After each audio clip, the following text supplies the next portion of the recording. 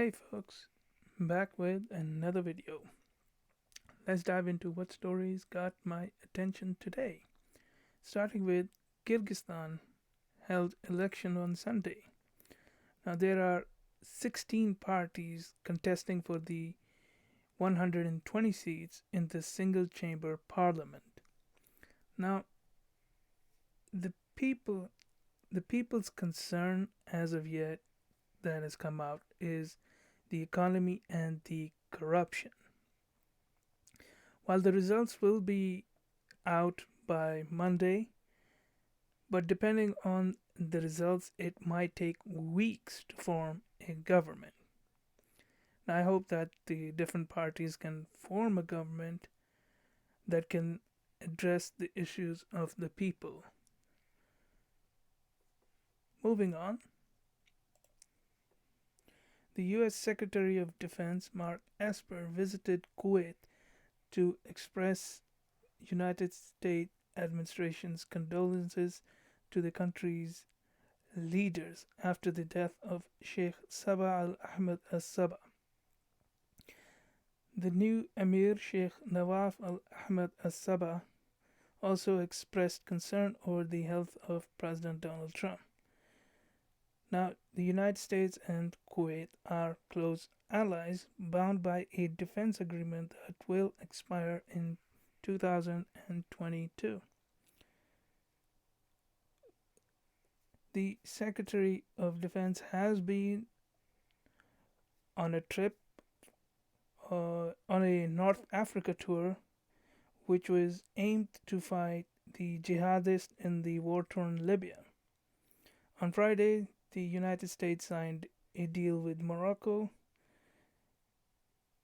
a military cooperation deal. Now, in Middle East and North Africa, I think the US can negotiate deals with various countries to fight the jihadists. Moving on, Belarus protest enters the 8th Sunday. Now, the Sunday protests usually have a large turnout, approximating 100,000. Now, there are a few things different this time. Protesters are asked to bring pictures of political prisoners and to march in front of the detention centers. And secondly, how will the security forces treat protesters as the government has effectively banned foreign media correspondence? As of now, the protesters demand the release of political prisoners, resignation of President Alexander Lukashenko, and a new election.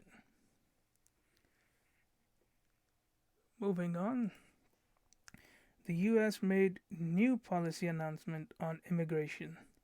Now, the new policy prohibits giving permanent residence or citizenship to individuals who are member or affiliate of the Communist Party or any other totalitarian party. While the Chinese Communist Party is not mentioned, the law is probably aimed at both the Communist Party of China and various domestic communists in the US. This is another move to counter the Chinese Communist Party influence in the US. And an update on the story I covered yesterday. The US Secretary of State Mike Pompeo has modified his Asia trip. Now the Secretary will only visit Japan. He will not go to South Korea and Mongolia. However, the State Department said that they would reschedule the visits in his original itinerary. Now I hope that these visits, that even the one in Japan and the ones that he will reschedule to move, hopefully result in a new sort of a strong relations to counter the Chinese Communist Party. Now that's it for this video. If you like the video, then hit that like button and hit that subscribe button for future updates.